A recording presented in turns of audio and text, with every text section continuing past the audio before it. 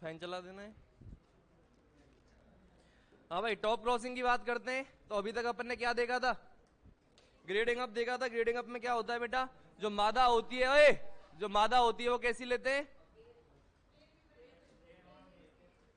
बोलो। गैर विवर्णित नस्ल की मादा, मतलब नॉन डेस्क्रिप्टिव क्या होनी चाहिए? ब्रीड की फीमेल होनी चाहिए।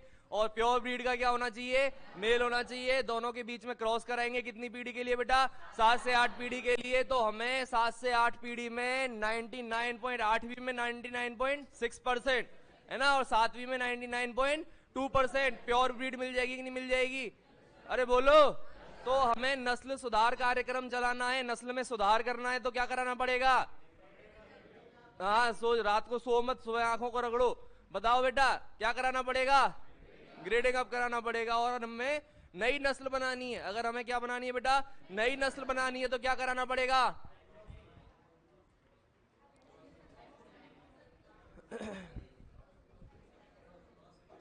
क्रॉस ब्रीडिंग करानी पड़ेगी।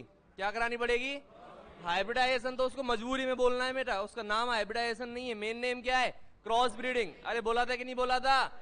Very good. उससे क्या बनेगी? नई नस्ल बनेगी। नस्ल सुधार करना है तो क्या कराना पड़ेगा? अरे गधे हो तुम, नस्ल सुधार करना है तो ग्रेडिंग अप, नई नस्ल बनानी है तो, नस्ल सुधारनी है तो, अरे नस्ल बिगड़ गई, सुधारनी है तो, और नस्ल नई बनानी है, आज तक ऐसी कोई नस्ल ही नहीं थी, तो क्या कराना है? क्रॉस ब्रीडिंग करानी है। याद रखोगे? चलो अब देखो बेटा, टॉप क्रॉसिंग की अपन बात करते हैं। इसमें भी सेम है। क्या? गैर विवर्णित। गैर विवर्णित का मतलब क्या होता है बेटा? अरे इंग्लिश मत बता, मतलब बता।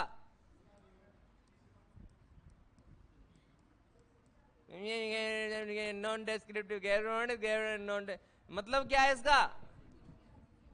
क्या होती है गैर विवर्णित नस्ल? है? आवारा होती है। वाह, बहुत बढ़िया। जो गाय आवारा है वो गैर विवर्णित है। रोड पे गिर घूम रही है, मान ले आवारा।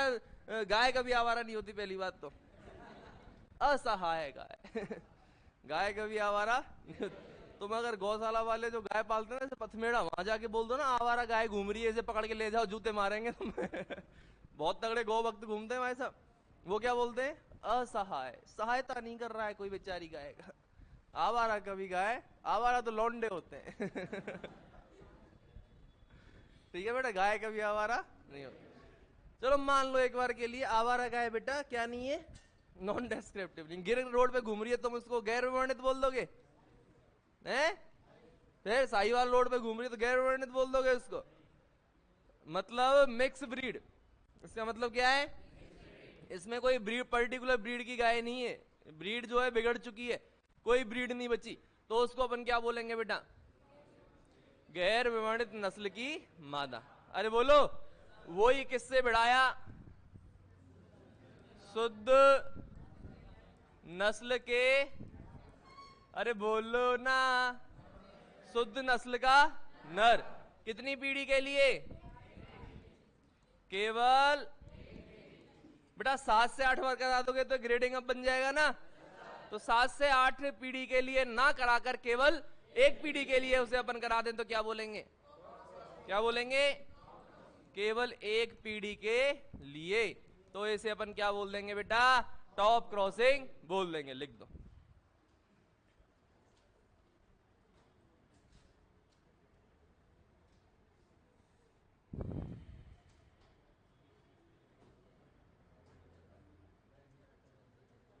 बात मत करे, फिर बोलेगा गुरुजी पता नहीं क्या हुआ, मेरी शकल सी बिगड़ गई है आजकल।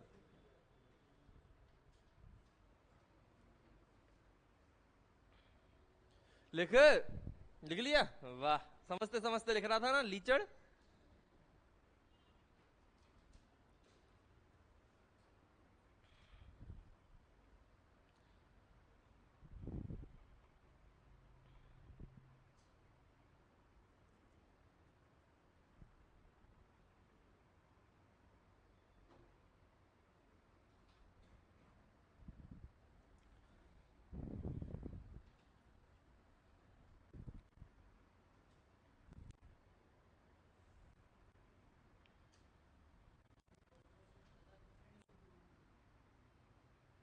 परसेंट का सुधार ही नहीं रहे हम, तो ऐसे ही करा रहे हैं। सुधार के लिए तो प्रॉपर ग्रेडिंग अप है, केवल एक पीढ़ी के लिए कराते हैं, सुधरा नहीं सुधरा हमें मतलब नहीं है ना। अरे बोलो ना। तो बेटा अपन क्या पढ़ रहे थे, लिख लिया? इधर ध्यान दो, क्या पढ़ रहे हैं अपन, टॉपिक क्या चल रहा है? अरे हेडिंग क्या है, मेन हेडिंग? ब्रीडिंग के अंदर कितने टाइप की बताई थी, कौन कौन सी? इन ब्रीडिंग और आउट ब्रीडिंग। इन ब्रीडिंग दो प्रकार की थी, क्लोज ब्रीडिंग और फिर पढ़ी अपन ने आउट ब्रीडिंग, कितने प्रकार की थी? पहली कौन सी है, हैं? दूसरी क्रॉस ब्रीडिंग, तीसरी है स्पीसीज हाइब्रिडाइजेशन, कौन सा था? Species hybridization. चौथा ग्रेडिंग अप। पांचवा हाँ, कॉपी के पीछे ऐसे ही बात की जाती है पर पता चल जाता है फिर भी बेटा। राधे श्याम, इन्होंने यूं मुंह पे कॉपी लगा के फोन पे बात कर रहा। बोलो बेटा, है कि नहीं? हाँ, तो ये कितने प्रकार की हो गई, 5 प्रकार की। हुई कि नहीं हुई? नस्लों की उसकी बात करें अपन आउट क्रॉसिंग की, तो आउट क्रॉसिंग में, सॉरी आउट ब्रीडिंग में, आउट ब्रीडिंग में पहला कौन सा था? आउट ब्रीडिंग पढ़ रहे हैं ना, आउट ब्रीडिंग में पहला कौन सा था? आउट क्रॉसिंग में क्या होता है, एक ही नस्ल के असंबंधित पशु जो 4 से 6 पीढ़ी तक कोई रक्त संबंध ना रखते हो, उनके मध्य क्रॉस कराना क्या कहलाता है? फिर आता है अलग अलग एक ही जाति की अलग अलग नस्लों के नर व मादा के मध्य क्रॉस कराना, क्या कहलाता है? क्या कहलाता है? क्रॉस ब्रीडिंग कहलाता है कि नहीं कहलाता बेटा? फिर आता है अलग अलग जाति के नर व मादा के मध्य क्रॉस कराना, क्या कहलाता है? Species hybridization. क्या कहलाता है? स्पीसीज हाइब्रिडाइजेशन कहलाता है कि नहीं कहलाता? अरे बोलो। उसके बाद में बेटा ये तो हो गए 3, सबसे सरलतम रूप कौन सा है? कौन सा? Out crossing. सबसे जटिलतम रूप कौन सा है, बोलना? उसके बाद में आया ग्रेडिंग अप। ग्रेडिंग अप में क्या हुआ, गैर वर्णित नस्ल की मादा और शुद्ध नस्ल का नर, ये क्रॉस कितनी पीढ़ी तक कराएंगे, कितनी पीढ़ी तक कराएंगे? 7 से 8 पीढ़ी तक के लिए कराएंगे तो क्या बन जाएगी, शुद्ध नस्ल बन जाएगी। और केवल एक पीढ़ी के लिए करा दें तो क्या बोलेंगे, खत्म हुआ कि नहीं हुआ? अरे बोलो। एक था राजा एक थी रानी, दोनों मर गए, खत्म कहानी। बोलो राधे राधे। बहुत बढ़िया बेटा, हाँ हाँ शाबाश बेटा। अब देखो बेटा अगली परिभाषा, ये ब्रीडिंग के प्रकार तो अपने हो गए है ना, एक दो परिभाषा अपन लिख लेते हैं, जिसमें पहली परिभाषा कौन सी है, हाइब्रिड विगर। कौन सी है बेटा, अरे कौन सी है, हाइब्रिड विगर, संकर ओज। अरे कौन सी ओज, अरे कौन सा ओज, हाइब्रिड विगर संकर ओज, इसी का नाम होता है बेटा हेटेरोसिस। अरे कौन सा सिस, हेटेरोसिस, हेटेरोसिस।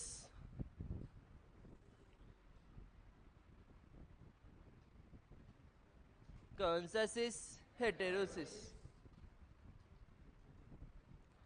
सुनो अब मेरी बात, डाल ली हेडिंग? इधर ध्यान देंगे बेटा, इधर आएंगे सारे। ओए इधर देख, देख हमने क्या किया, ओए लौंडे, हमने क्या किया, एक नर पकड़ा है ना, एक नस्ल देख ली बढ़िया सी, भाई ये गिर नस्ल है। कौन सी नस्ल है, गिर देसी है विदेशी है? गिर देसी नस्ल में आती है क्या? नहीं है, विदेशी में आती है। ओ, और वो जर्सी है, किस में आती है, विदेशी में आती है। क्या आप कैसे पहचानोगे देसी विदेशी को? जिसके कुवड़ है वो, जिसके कुवड़ है वो हमारी माता है, और जिसके कुवड़ नहीं है वो हमारी माता नहीं है। ऐसा ही है क्या? यही है, यही कॉन्सेप्ट है। तो देसी दूध किसका बढ़िया रहता है, देसी का विदेशी का? क्यों, क्यों? क्योंकि हमारे देश की है। एक समय आया था, एक समय आया था बेटा, ज्यादा पुरानी बात नहीं कर रहा हूं मैं, मुश्किल से मुश्किल 10 साल पुरानी बात है कि तब सरकार, लोग, पढ़े लिखे जनता, सबका जोर था विदेशी गाय पालो। क्या पालो? HF पालो। और साहिवाल क्या है? साहिवाल देसी है, गिर देसी है ना। HF पालो, जर्सी पालो, बढ़िया बढ़िया है ना। दुनिया भर की HF और जर्सी, यही मेन दो ब्रीड सक्सेसफुल हुई थी अपने देश में, जो बाहर की थी। विदेश की होकर अपने देश में सेट होना भी तो चाहिए, है ना। जर्सी कहाँ की है? इंग्लैंड की, सर्दी पड़ती है वहां। और HF कहाँ की है? हॉलैंड की, वहां भी सर्दी पड़ती है ना। हॉलैंड की है बेटा, हॉलिस्टीन फ्रीजियन है ना इसका नाम, हॉलैंड की है। तो ये इतनी गर्मी में सेट होना वही बड़ी बात है, पर हो गई है बेचारी, है ना। हाँ बहुत बढ़िया बेटा। ले दे के क्या हो गई ये बेटा? आसानी से पहचाना जा सकता है, लौंडे की छींक है। लड़की छींकती तो अच्छी हाँ, ओ माय गॉड, पता नहीं क्या हो गया, आज तो बहुत सारी छींक आ रही है। पता नहीं बहुत डिस्टर्ब हो रही हूँ आज तो।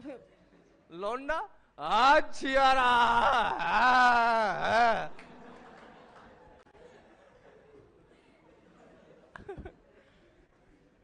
लड़कियों की छींक भी ऐसी रहती है, पता नहीं क्या हो गया, तो ओ माय गॉड छींक दी अंदर ही अंदर छींक लेती है। कहीं तो मुंह बंद करके, मैं भगवान कसम मैंने कई छोरियों को मुंह बंद करके छींकते हुए देखा है, पता ही नहीं चलता। और लौंडे पूरा माहौल बनाए छियाराम, धरती पलट दे। वेरी गुड बेटा। तो क्या पढ़ रहा साहब? बस तो अपने देश में कौन सी सेट हुई? जर्सी और एच। इतना लाया गया इन नस्लों को। एक बार तो ले आए, ठीक है, वे 2-4 ज्यादा नहीं लाते अपन, फिर उसके बाद ब्रीडिंग करा लेते। अरे मेल फीमेल ले आओ, फिर तो AI कराओ, खूब नस्ल ही नस्ल हो जाती है। दुनिया भर की HF और क्या हो गई, जर्सी हो गई अपने, क्योंकि इनका दूध ज्यादा है। अपने देसी गाय से कंपेयर करें तो भयंकर दूध है इनका। HF तो 30 लीटर तक दूध दे देती है, तुम सोचो।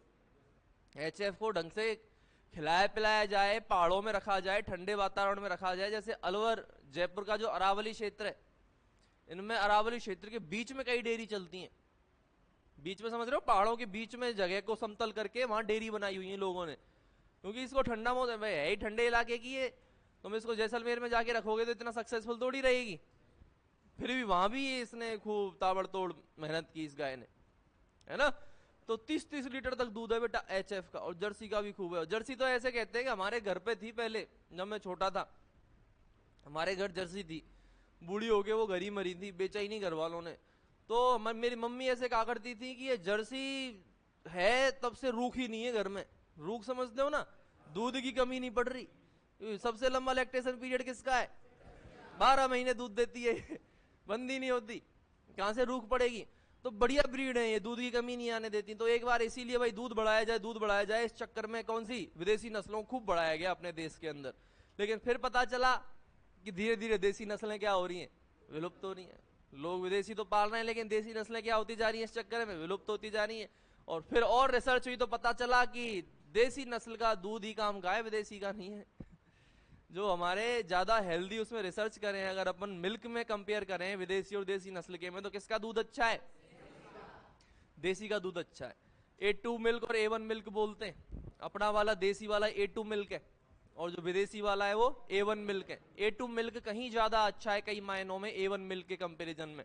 अपनी हेल्थ को ले लो, अपने अंदर इन्फेक्शन को रोकने की बात, तभी तो माता बोला था, अरे हमारे जो वेद पुराणों में जो चीज लिख दी ना, अब तो अपन अज्ञानी है बेटा। अपन क्या है? अज्ञानी है। अपने से ज्यादा अज्ञानी ना कोई हुआ है। और अपन 2-4 ये मशीन क्या बना ली, अपने को ज्ञानी समझने लग गए, है ना। बाकी जो पुराने ऋषि मुनियों को जो ज्ञान था, जो आज भी वेदों के अंदर लिखा हुआ है, उसको आप असत्य नहीं कर सकते, कैसे भी साबित नहीं कर सकते। और इतनी गजब की चीजें लिखी हुई, वो तो अपन पढ़ते ही नहीं है उन चीजों को, है ना। मैंने भी नहीं पढ़ा, मैं ऐसे ज्ञान दे रहा हूँ, पर मैं मैंने 2-4 चीजें सुनी है। ये तो लिखा ही हुआ है कि देसी गाय का दूध अमृत समान है। ये आपको ये लाइन खूब मिल जाएंगी वेदों के अंदर। ये जो देसी गाय का दूध है वो क्या है? अमृत समान है। और देसी गाय कोई माता बोला था, विदेशी को नहीं बोला था, है ना। तो अमृत समान कैसे बोला? गाय को क्यों माँ बोला, क्यों माँ बनाया? तुम अगर देखोगे तो हमारे धर्म के अंदर क्या क्या कहा गया है, एक पर्टिकुलर जानवरों में से किसी ना किसी को कोई ना कोई वरीयता दी गई है। और जो जानवर हमें ज्यादा फायदा दे रहा है उसके साथ घनिष्ठ संबंध बनाए गए। माता बोला है किसको? बोला ही नहीं बोला है ना। कुत्ता भी वफादारी के लिए जाना जाता है तो उसको भैरूनाथ बना दिया हमने। अरे बोलो वाहन है कि नहीं भैरू जी का, है ना, काम का नहीं है क्या? अभी तो ठीक है भाई, तुम अपनी गोली बंदूक और लेके अपनी सुरक्षा ठीक है कर लेते, पहले तो कुत्ता ही था, है ना, चीर फाड़ करने में माहिर था। आज भी आर्मी के अंदर एक बार देखना बेटा, 30-40 हजार रुपए महीने के खर्च होते हैं कुत्ते पे, है ना। अभी एक मेरा स्टूडेंट ही था, क्या नाम है उसका, लोकेश, अभी अभी सेलेक्ट हुआ है वो, उधर था पहले पढ़ा था, किसमें सेलेक्ट हुआ है वो हुआ है एसएसबी में। एसएसबी होती है सशस्त्र सीमा बल, एक होता है BSF, border security force. BSF तो संभालती है पाकिस्तान और बांग्लादेश बॉर्डर को शायद, एसएसबी संभालती है फिर नेपाल, भूटान, इनमें से मुझे कंफर्म याद नहीं है, देख लेना। तो बाकी दोनों ये बॉर्डर संभालने वाली अपनी क्या है, फोर्स है, एसएसबी और बीएसएफ। दोनों में ही अपने वेटनरी डॉक्टर भी लगते हैं और कंपाउंडर भी लगते हैं। तुम्हारी पोस्ट होती है हेड कांस्टेबल की, और डॉक्टर की होती है असिस्टेंट कमांडेंट की। मैं भी दे के आया था, इंटरव्यू पर रह गया था 36 पोस्ट आई थी, जनरल से गया था मैं तो, पर रह गया था लास्ट में जाके। तो पर बढ़िया एकदम सिस्टम का है, उसमें तरीके की जॉब है, मतलब शानो शौकत वाली जो जॉब होती है ना, घर से तो दूर रहना पड़ता है, 3-3 साल में ट्रांसफर होते हैं, ये रूल होता है एसएसबी में और इसमें बीएसएफ में, 3 साल में ट्रांसफर होंगे, एक जगह टेक के नहीं रखा जाता है। तो वहीं रात पाठ संभाल लो कहीं आपकी, नहीं यही हम ब्रह्मास्मि, मैं ही ब्रह्म हूँ। तो इस चक्कर में 3-3 साल में पूरी इंडिया में घुमाया जाता है, आर्मी का रूल है ये। खैर ये पैरामिलिट्री है, प्रॉपर आर्मी नहीं होती। प्रॉपर आर्मी में भी डॉक्टर कंपाउंडर लगते हैं। अभी इंटरव्यू चल रहे हैं डॉक्टरों के, तो आरवीसी रिमाउंट वेटनरी कॉर्प्स के 7 दिन का इंटरव्यू लेती है वो, वहाँ कोई रिटन पेपर नहीं है डॉक्टर का। एलएसए की शायद वहाँ पोस्ट आती नहीं है, आती होगी तो मुझे पता नहीं है, आरबीसी में मैंने कभी देखी नहीं है एलएसए की पोस्ट। तो एसएसबी में आती है तुम्हारी, बीएसएफ में आती है, आईटीबीपी में आती है, 3 जगह पे तुम्हारी पोस्ट आती है हेड कांस्टेबल की। क्लियर है? और भी नीचे भी कांस्टेबल में भी बढ़ सकते हैं, कांस्टेबल में भी आती है, लेकिन जो टॉप रैंक की जो पोस्ट है वो है हेड कांस्टेबल की। तो उसमें कई बच्चे लगे, एसएसबी में भी लगे, बीएसएफ में एक कौन सा यादव था लड़का, हाँ कौन सा, राहुल यादव तो लगा ही लगा है, वो तो उसमें लगा है एसएसबी में, लोकेश के साथ में लगा है। एक लड़का यहीं से लगा है, अभी मैं भूल रहा हूँ उसका नाम, नहीं जसवंत, नहीं ये नहीं है यार, भूल रहा हूँ मैं, चलो आया भी था अभी कुछ दिन पहले, यहाँ मिल के गया था, यादव करके था, बढ़िया इंटेलिजेंट, दीपू के साथ ही बैठता था, ये दीपू भी बाहर खड़ा था ना, इसके साथ ही आता था वो, यशवंत नहीं है उसका नाम, चलो जो भी है, नाम मेरे दिमाग से, नाम की मेरी दिक्कत ये, मैं भूल जाता हूँ, शकल नहीं भूलता कभी। तो वो लड़का उसमें लगाए, आईटीबीपी में लगाए शायद वो, सॉरी बीएसएफ में लगाए वो। तो खूब बच्चे लगते हैं और बढ़िया शानदार जॉब है अपना। क्यों जॉब लगाते हैं वहाँ पे? कुत्तों के लिए। कुत्ते और घोड़े दो ही जानवर हैं इनके पास, बीएसएफ के पास में 2 ही जानवर हैं, कौन कौन से? कुत्ते और घोड़े। घोड़े तो हैं, ऊंट बीएसएफ के पास हैं और किसी के पास नहीं है। बीएसएफ पाकिस्तान बॉर्डर को संभालता है ना, पाकिस्तान बॉर्डर कहाँ से? राजस्थान और गुजरात से होके निकलता है, रेगिस्तान यही है, रेगिस्तान का जहाज ऊंट है। तो बीएसएफ के पास ऊंट और है, कुत्ता घोड़ा और ऊंट, तीसरा जानवर और है। तो हमसे भी जो इंटरव्यू हुआ था मेरे से, तो ऊंट ही ऊंट पूछा था उन्होंने। उनसे बता, सबसे पहले यही पूछते क्या नाम है, फिर पूछते कहाँ से डिग्री की है, फिर पूछते अच्छा बीकानेर से डिग्री की है, अच्छा रहने वाले कहाँ के हो? मैं राजस्थान भरतपुर। भरतपुर तो जानते नहीं है, वो बाहर वाला सेंटर दिल्ली में हो रहा था ना इंटरव्यू। तो राजस्थान सुनते ही ऊंट पे आ जाते हैं।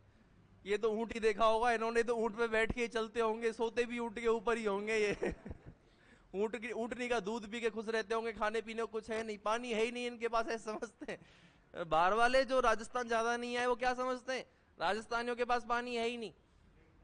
ये तो पता नहीं कैसे बरसात के पानी को इकट्ठा करके और उसी को उबाल उबाल के पीते हैं उनके दिमाग में, सच में आज भी कई लोगों के दिमाग में यही है, राजस्थान मतलब भयंकर अकाल, सूखा, कोई पानी की कमी, भयंकर। ऊंट, उन्होंने ना मेरे से कुत्ता पूछा ना कुछ और पूछा, घोड़ा पूछा, उन्होंने केवल ऊंट पूछा कि ऊंट का वो मैंडिबल फ्रैक्चर सबसे ज्यादा कॉमन होता है, तुम्हें पता हो तो? Mandibular fracture is most common in camel. मेरे से पूछा था क्यों क्यों होता है ऊंट के अंदर? ये तो ठीक है, ये तो अपने को पता ही होता है, मैंडिबल फ्रैक्चर सबसे कॉमन होता है। क्यों होता है? क्योंकि उसके प्रीमोलर्स के बीच में क्या होता है, स्पेस होता है, और ये बोन क्या होती है उसकी, मैंडिबुलर बहुत ज्यादा इस जगह पे से वीक हो जाती है। तो जब वो ऊंट, ज्यादातर जो मैंडिबुलर फ्रैक्चर है वो मेल के अंदर देखा जाता है, ना कि फीमेल के अंदर, क्योंकि मेल, इनके अंदर जो ब्रीडिंग का सीजन होता है कैमल्स के अंदर, वो होता है नवंबर से मार्च। ये क्वेश्चन आता है, ध्यान रखना, जो कैमल्स के अंदर ब्रीडिंग सीजन है वो कौन सा है बेटा? नवंबर टू मार्च। और इसको बोलते हैं रट पीरियड। क्या बोलते हैं? मेल में, ना कि फीमेल में। ब्रीडिंग सीजन दोनों में, मेल फीमेल में, नवंबर से मार्च चलेगा, इसी टाइम पे ब्रीडिंग होगी, ठीक है ना। गेस्टेशन पीरियड कितना है? 13 महीने 1 दिन का है। क्लियर है? 13 महीने 1 दिन का है, मतलब 13 महीने अपन मान सकते हैं। तो इस पीरियड में ब्रीडिंग करके 13 महीने बाद में फिर ये ऊंटनी ब्याएगी। तो इसमें मेल चलता है लाला, मेल चलता है नवंबर से लेके मार्च तक, किसके अंदर? रट। क्या बोलते हैं? मेल के अंदर रट। और रट पीरियड में जब मेल होता है तो उससे कम से कम 1 किलोमीटर की दूरी बना के रखो, वो शेर से ज्यादा खतरनाक है। अपने ओनर से कुछ नहीं कहेगा, जो उसका मालिक है, जो उनको वो जानता है, उनसे वो कुछ नहीं कहेगा। बाकी अगर कॉमन आदमी अपन जाके बोले हाय ऊंट तू कैसा है, तो बेटा वो लपेट देगा। इतना खतरनाक हो जाता है रट पीरियड के अंदर। बहुत ज्यादा अग्रेसिव हो जाता है, बहुत ज्यादा गुस्से में रहेगा। इंसान आ जा, दूसरा कोई ऊंट आ जा, कोई आ जा, वो लपेट देगा। इस तरह के माहौल में रहता है वो उस टाइम भयंकर। क्योंकि आपको मैंने पहले ही बता दिया, जो टेस्टोस्टेरोन हार्मोन है वो भयंकर अग्रेसिव हार्मोन है ना। यही कारण है कि मेल ज्यादा अग्रेसिव है एज कंपेयर टू फीमेल। अपने इंसानों में देख लो, है ना। अधिकतर महिलाएं एकदम नॉर्मल प्यार से ले इस टाइप की मिलेंगी, और लौंडे ठीक है वहां घर में तो जैसे वो बाहर जाते लपेट दूंगा, ज्यादा मत बोले मेरे सामने, जूता नहीं देखा क्या मेरा, एक बुक्के के अंदर पेट में से पार निकाल दूंगा। ये सारी बातें किसकी है? लौंडों की। लड़कियां कभी देखती है कि मुक्का पेट में से पार निकाल दूंगी? लड़की कहते हुए देखिए कभी रोड पे? लौंडे मिलेंगे ऐसे कहते हुए, है ना। अरे तुम सब छोड़ो, सांड को देख लो, पैर मारता है कि नहीं मारता धरती में? बोलो। सामने अगर कोई देख ले कि खतरा है, तो वो क्या है, जमीन में से मिट्टी उखाड़, कोई मत देखे वो ऐसी मिट्टी उखाड़ने लग जाएगा। ये सब किसका कमाल है बेटा? टेस्टोस्टेरोन का, है ना। टेस्टोस्टेरोन मतलब अग्रेशन लाना, मसल्स मेल की ज्यादा स्ट्रॉन्ग है एज कंपेयर टू फीमेल। ये सारे जो कारण है वो किसकी वजह से? टेस्टोस्टेरोन की वजह से। यही कारण फिर वो कहां पे, वो अलग तरीके से प्रदर्शित किसके अंदर हो रहा है? ऊंट के अंदर हो रहा है, रट के अंदर। तो उस टाइम वो खतरनाक हो जाता है, तो खुद ही पेड़ वेड़ में अपना ये जबड़ा देके तोड़ लेता है। इतना खतरनाक हो जाता है, इतना ज्यादा गुस्से में रहता है कि वो खुद का जबड़ा खुद ही तोड़ लेता है, लड़ भिड़ के किसी ना किसी से। तो रट पीरियड के अंदर सबसे ज्यादा मैंडिबुलर फ्रैक्चर देखे जाते हैं, है ना। फिर इसमें क्या की जाती है? माथा क्यों पकड़ रखा है? Interdental wiring. इसके ट्रीटमेंट के लिए एक सर्जरी की जाती है जिसका नाम क्या है बेटा? Interdental wiring. और जिसकी खोज सीवीएस बीकानेर में डॉक्टर टीके गहलोत सर ने की है, अपने राजस्थान के ही है, जाने माने सर्जन है, कैमल मैन ऑफ इंडिया के नाम से भी उनको जाना जाता है, जिंदा है। है ना। कैमल मैन ऑफ इंडिया के नाम से भी उनको जाना जाता है। हमारी भी अभी ट्रेनिंग व्रेनिंग में वो आएंगे, लेक्चर लेंगे। पढ़ाया हुआ है, मुझे भी पढ़ाया उन्होंने, हमारे टाइम पर रिटायर नहीं हुए थे, बाद में रिटायर हो गए थे, तो फिर भी वो पढ़ाने तो आते ही थे। मतलब बहुत नाम चलता है पूरी इंडिया में सर्जन्स के अंदर। कैमल सर्जरी के लिए वो ज्यादा विख्यात है। सर्जरी तो सबकी करते हैं, लेकिन मेन वो कैमल सर्जरी के लिए ज्यादा विख्यात है, डॉक्टर टीके गहलोत।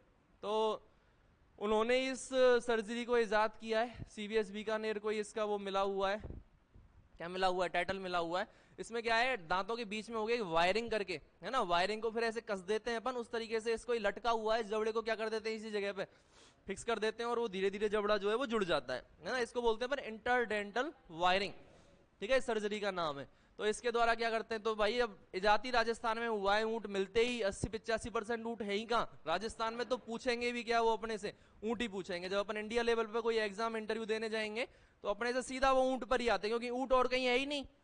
तो ऊंट का तो एकमात्र अधिकार किसका हो गया? राजस्थानियों का हो गया कि नहीं हो गया? ऊंट हमारा है, तो वो ऊंट पूछेंगे भी किससे? ऊंट के बारे में तुम्हें पता ही होना चाहिए, तो वो गलत भी नहीं है। मेरा पूरा लगभग इंटरव्यू किस पे चला था? ऊंट के ऊपर ही चला था, है ना। कि ऊंट में अगर मान लो कि सीपीआर कैसे देंगे ऊंट में? सीपीआर जानते हो? मैं साहब ऐसे ही देंगे, ऊंट ही तो कोई एलियन थोड़ी उतर के आ गया है। मैं साहब एक आदमी और हेल्प में ले लेंगे अपने, वही तरीका है। इस तरीके से अपन हैंड्स को फोल्ड करके वही धीरे धीरे क्या करना होता है, बहुत ज्यादा प्रेशर नहीं देना होता इसमें। इस चीज का ध्यान रखना। आप भी अगर सीपीआर देने की कभी आपको जरूरत पड़े, जानवर हो कोई भी हो, इंसान हो, तो इसमें बहुत ज्यादा प्रेस नहीं करना होता है कि तुम छाती फाड़ दो किसी की, ठीक है। एक प्रॉपर अपन बोले कि प्रॉपर वे में तरीके से इसमें जाना चाहिए, कि बहुत ज्यादा कि हार्ट पे प्रेशर बहुत ज्यादा नहीं पड़े। प्रेशर तो पड़ना ही है ना। इस तरीके से हाथ पूरे सीधे होने चाहिए, लेकिन ये प्रेशर बहुत ज्यादा यूं दबा के कि आप रिब्स को ही ना तोड़ दो, इतना ज्यादा प्रेशर भी अपने को नहीं देना होता है इसके अंदर। क्लियर है? वापस टॉपिक पे लौट के आते हैं। मैं क्या कह रहा था? हाइब्रिड विगर, भटक जाता हूं ऐसे ही। या फिर संकर ओज। तो पुराने टाइम पे अपने क्या है उस पर जोर दिया गया था, लेकिन वर्तमान में किस पे जोर है पूरी अपने सरकार का? आप एनएलएम देख लो, नेशनल लाइव स्टॉक मिशन देख लो, जितनी भी स्कीम नेशनल गवर्नमेंट की चल रही है, वो ये कह रही है कि अपने अभी इंडिजिनस जो ब्रीड है, जो देसी नस्लें हैं गाय की, उनको बढ़ावा दो। क्योंकि देसी गाय ही लास्ट में हमारे क्या आनी है, काम आनी। दूध थोड़ा कम देगी, लेकिन वो दूध अमृत के समान है। A2 मिल्क है, हमारे इन्फेक्शन को रोकेगा, बहुत सारे मतलब बच्चा जब माँ का दूध नहीं पी पाता है या माँ का दूध कम आता है अपने इंसानों में भी, या दूध आता ही नहीं है, तो फिर लास्ट में हम किसके पास जाते हैं? गाय भी कौन सी होनी चाहिए? देसी, क्योंकि उस देसी गाय के दूध के मतलब माँ के दूध के समान ही माना गया है, इसीलिए कंपेयर करके अपन सीधा गाय का दूध पिला सकते हैं। भैंस का दूध दोगे तो उसके दस्त लग जाएंगे बच्चे के, भारी होता है, फैट ज्यादा होती है कि नहीं होती, तो उसमें पानी मिलाना पड़ता है, 100 नखरे करने पड़ते हैं नहीं मिलता तो। बाकी गाय के दूध को आप ऐसे कैसा दे सकते हो, इतना अच्छा माना गया है। बाकी बेस्ट तो अपन कंपेयर माँ के दूध से तो कर ही नहीं सकते, जो खुद की मदर का बच्चे को अपन दूध पिलाते हैं उसका तो कोई कंपेरिजन ही नहीं है, वो तो बेस्ट है। अगर वो मिल रहा है तो आपको ज्यादा टेंशन लेने की जरूरत ही नहीं है, पूरी जिंदगी दिमाग बढ़ेगा, बढ़िया दिमाग रहता है। ऐसे कहते ना कि बच्चे ने तो 5 साल तक दूध पिया है, पुराने जमाने में ऐसे बच्चे हुआ करते थे हमारे जैसे तुम्हारे जैसे, जो 5-5 साल 4-4 5-5 साल बड़े हो गए लेकिन मम्मी का दूध नहीं छोड़ रहे, मम्मी का दूध पीऊंगा। तो बेटा वो वाली चीज है, तो ये बढ़िया चीज है। बच्चा जितना ज्यादा माँ का दूध पी रहा है उसकी IQ लेवल, उसका दिमाग का विकास, उसके शरीर का विकास, उसकी इम्यूनिटी का विकास उतना ही ज्यादा अच्छा रहेगा। माँ का दूध तो बेस्ट है, उसका कोई कंपेरिजन नहीं है। फिर भी अगर नहीं मिल पा रहा है तो फिर लास्ट में ऑप्शन क्या है अपने पास? गाय का दूध। तभी उसको क्या बोला गया बेटा? माँ बोला गया। यही कई कारण है उसमें बोलने के, है ना? क्लियर है? तो A2 मिल्क कहीं ज्यादा मायनों में अच्छा है, किससे? A1 मिल्क का। और A2 मिल्क किससे मिलता है? देसी गाय से। और A1 किससे मिलता है बेटा? विदेशी गाय से। चीज याद रखना, क्योंकि ये प्रेजेंट का बहुत ही हाईलाइटेड टॉपिक है अपने वेटनरी का। तो क्वेश्चन पूछ सकते हैं आपसे भी कि देसी गाय से कौन सा दूध मिलता है? A2 मिलता है। विदेशी से कौन सा मिलता है? A1 मिलता है। अच्छा कौन सा है? A2 है। इंटरव्यू में पूछते हैं, हमारे वेटनरी के जो इंटरव्यू चले थे राजस्थान में VO के, उनमें खूब ये क्वेश्चन फेमस था, कंपेयर करवा लेते थे कि क्यों अच्छा है साहब, A2 अच्छा क्यों है A1 से? हमारे तो फिर लेवल पे क्वेश्चन जाते हैं, A2 को बताओ क्यों अच्छा है। तो हमें सारी चीजें बतानी पड़ती थी कि भाई ये क्वालिटी है, ये एंटीऑक्सीडेंट की है, डिजीज रेजिस्टेंट की क्वालिटी है, इसके अंदर ये इजी डाइजेस्टिबल होता है ना? ये सारी चीजें अपने को बतानी पड़ती हैं। तो हाइब्रिड विगर में ऐसे ही अपन क्या करेंगे, देखो एक बहुत ही अच्छी नस्ल की मादा ले ली और बहुत ही अच्छी नस्ल का अपन ने नर ले लिया, अलग अलग नस्ल ले ली, ठीक है? गिर का ले लिया, इधर साहीवाल का, मान लो गिर की मादा ले लिया और साहीवाल का नर ले लिया, दोनों के बीच में क्या कराया अपन ने? क्रॉस कराया, और हमें एक बच्चा मिला। तो उस बच्चे में बेटा गिर के लक्षण होंगे, साहीवाल के लक्षण होंगे, या दोनों के होंगे? दोनों के होंगे। और मान लो अगर ये बच्चा, तो ये बच्चा तो संकर हो गया कि नहीं हो गया? हाइब्रिड। भाई हाइब्रिड क्या बोलते हैं? जब दो अलग अलग जनकों से लक्षण प्राप्त हुए हो तो उसे अपन क्या बोल देते हैं? हाइब्रिड, है ना? तो ये बच्चा मिला, इसको अपन बोलेंगे हाइब्रिड। हमें नहीं पता ये गुणों में अपने माता पिता से अच्छा है या बुरा है। एक बार दो अलग अलग अच्छे अच्छे गुणों वाले नर व मादा से ये बच्चा मिला है, तो इसको अपन ने हाइब्रिड बोला। अगर ये हाइब्रिड दोनों जनकों से गुणों में अच्छा है, बेहतर है, बेटर है, मतलब भाई इसके अंदर साहीवाल के भी गुण आए, इसके अंदर गिर के भी गुण आए, और ये एक तरह से क्या हो गया? गिर वाले तो मान लो किसको ले गया? दूध को ले गया। और साहीवाल वाले इस लक्षण को ले गया कि अधिक तापमान को भी सहन कर सकता है। भाई साहीवाल अपनी ज्यादातर कहां मिलती है? पाकिस्तान बॉर्डर पे मिलती है कि नहीं मिलती? अधिक टेम्परेचर को सहन कर जा। थार पारकर ले लो, थार पारकर भी किधर मिलती है? इधर ही मिलती है। तो थार पारकर और गिर को बिड़ाया, थार पारकर तो गुण आ गया इसमें, इसके अंदर की भाई ये अधिक तापमान को सहन कर सकता है। ये गुण कहां से आया? थार पारकर। और गिर से आया कि दूध भी बहुत अच्छा है इसका, तो ये तो इससे भी अच्छा और इससे भी अच्छा, तो इसको बोलेंगे अपन हाइब्रिड विगर, संकर ओज, है ना? जब अलग अलग अच्छे गुणों वाले नरवा मादा के मध्य क्रॉस कराया जाता है तो प्राप्त संतति को संकर या हाइब्रिड कहते हैं। अगर यह हाइब्रिड गुणों में अपने दोनों माता पिता से बेहतर है तो ये हाइब्रिड विगर कहलाता है, संकर ओज कहलाता है। लिखिए, इसी को अपन क्या बोलते हैं? हेटेरोसिस। लिखो, दो विभिन्न नस्लों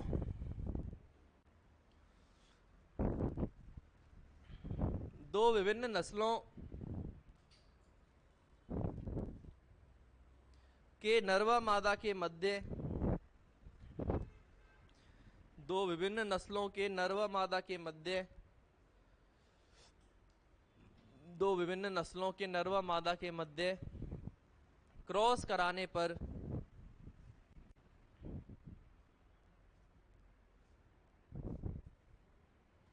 प्राप्त संतति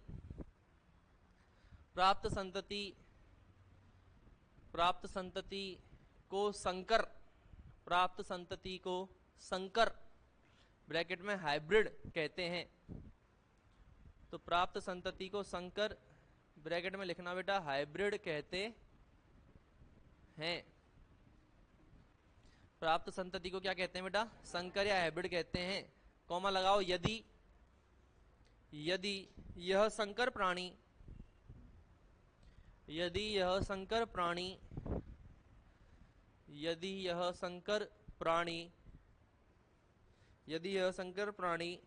अपने दोनों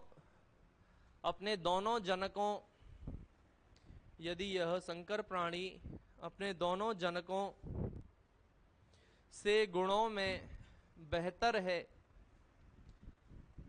यदि यह संकर प्राणी गुणों में अपने दोनों जनकों से बेहतर है। रफ में क्यों लिख रही है बेटा? कॉपी नहीं लाई? Very good. पता ही नहीं चला। यदि यह संकर गुणों में अपने दोनों जनकों से बेहतर है तो इसे संकर ओज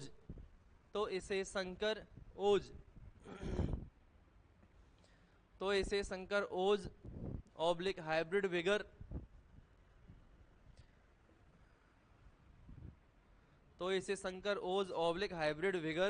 कहते हैं। क्या कहते हैं बेटा? संकर ओज या हाइब्रिड विगर कहते हैं। अरे है ना? बोलो बेटा, है कि नहीं? Very good. अब हेडिंग डालो बेटा। अगला टॉपिक है सिलेक्शन।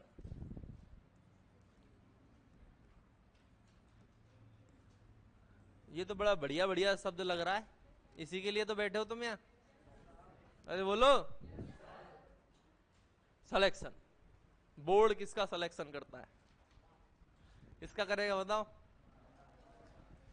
तुम्हारा करेगा बिल्कुल। तुम में से भी सब सेलेक्ट नहीं होंगे? होंगे क्या? झूठ तो बोल रहा है ऐसे कि नया सारे हो जाएंगे, टेक के कर दूंगा यहाँ से लेके वहां तक सबको। सब सेलेक्ट नहीं होते। सब हो जाएंगे क्या?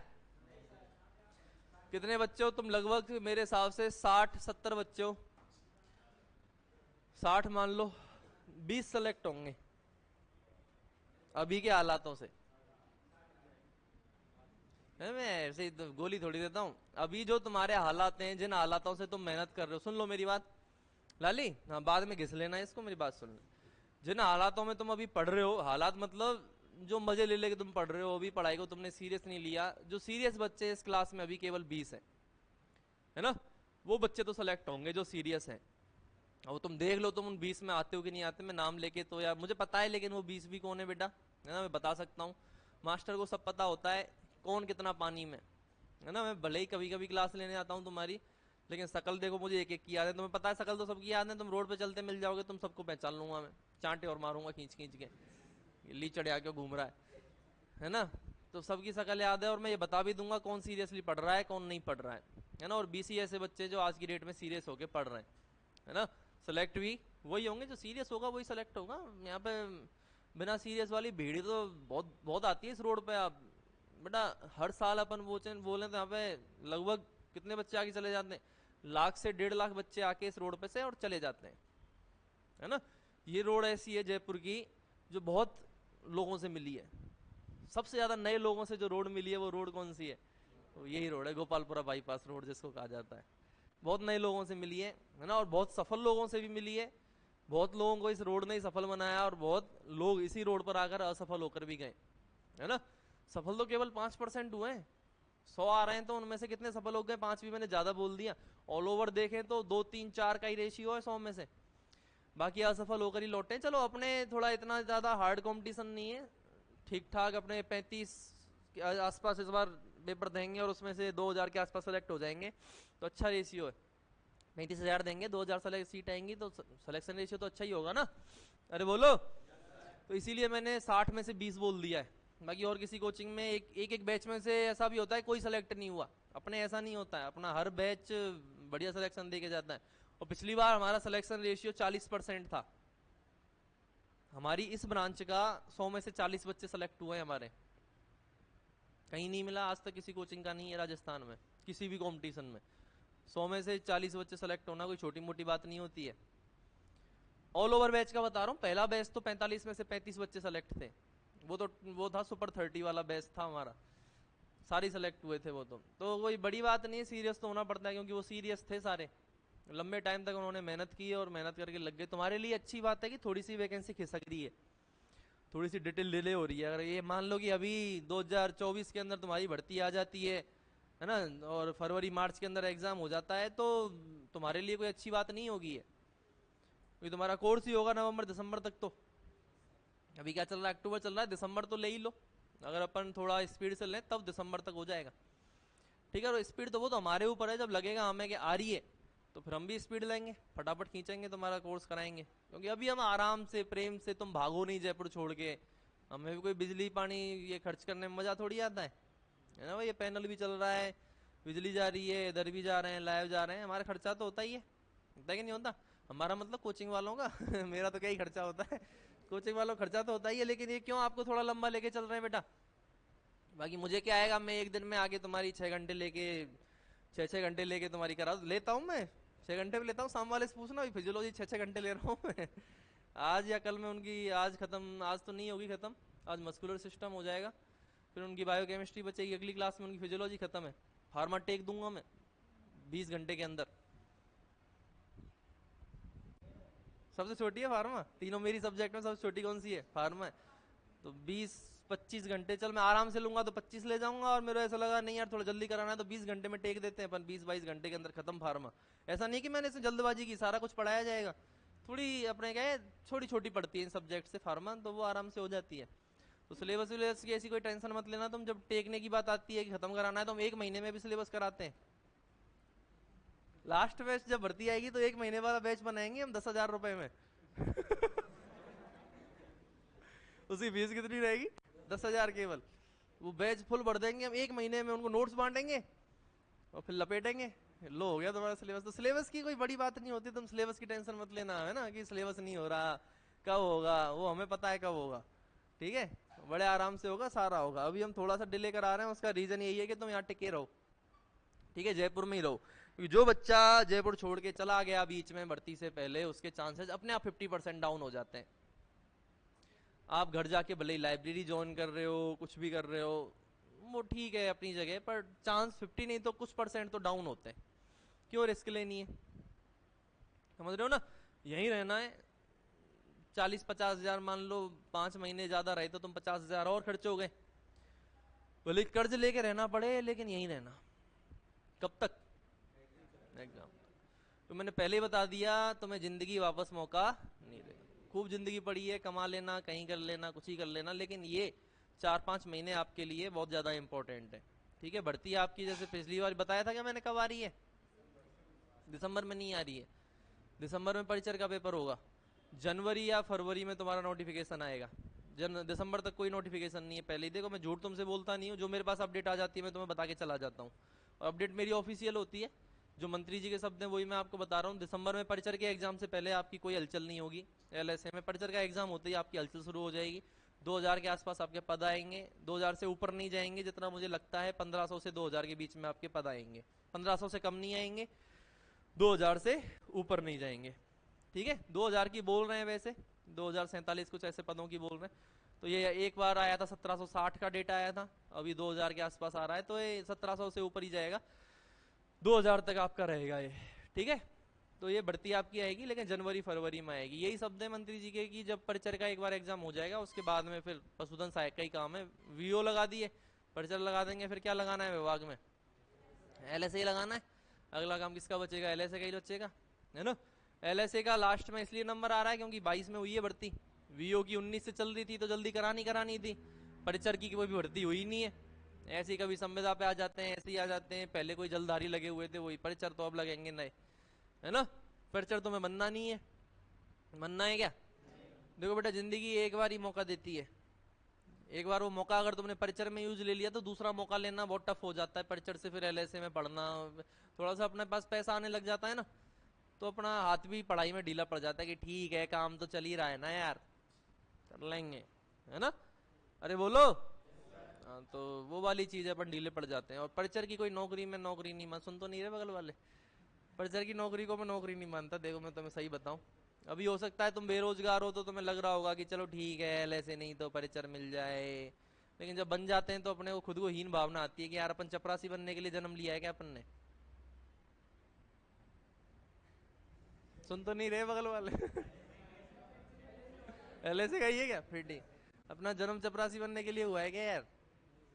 इतने इतने अपन मतलब यार चपरासी बनेंगे अपन, इसलिए जन्म लिया है इस धरती पे। पहले सूरवीर हुआ करते थे, गर्दन कटा दिया करते थे। तुम 1 साल की मेहनत नहीं कर सकते हो क्या किताबों के साथ में? हैं? इतने गए गुजरे हो गए क्या बिल्कुल? बोलो। भाई इतने गए गुजरे हो क्या तुम? 1 साल के लिए जब भर्ती तुम्हारे सामने दिख रही है आएगी, क्योंकि 22 निकल गई, 23 निकल गई, 24 निकल गई, 3 साल पूरी पूरी निकल गई।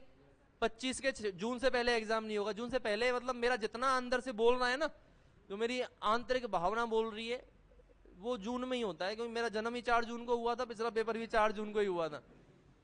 तो मेरा बोल रहा है कि बढ़िया काम ज्यादातर मेरे वाले जून में ही होते हैं। तुम्हारा एग्जाम भी कब होगा फिर से? जून के लगे डगे ये तुम्हारा एग्जाम जाके होगा, तो वही कितनी साल हो जाएंगी? 3-4 साल हो जाएंगी कि नहीं हो जाएंगी? तो भर्ती तो आनी है, पद खाली पड़े ही हैं, नए पद क्रिएट हो गए दुनिया भर के, पद खाली हैं, तो भर्ती भी करानी पड़ेगी। लेकिन इसके बाद में भर्ती 5 साल से पहले नहीं आएगी। ठीक है? अरे बोलो। जब भर्ती सामने दिख रही है और दिमाग से तुम अपाहिज हो नहीं, यहाँ पे बैठे हो तो अपाहिज हो गया दिमाग से। दिमाग से अपाहिज का मतलब समझ रहे हो ना?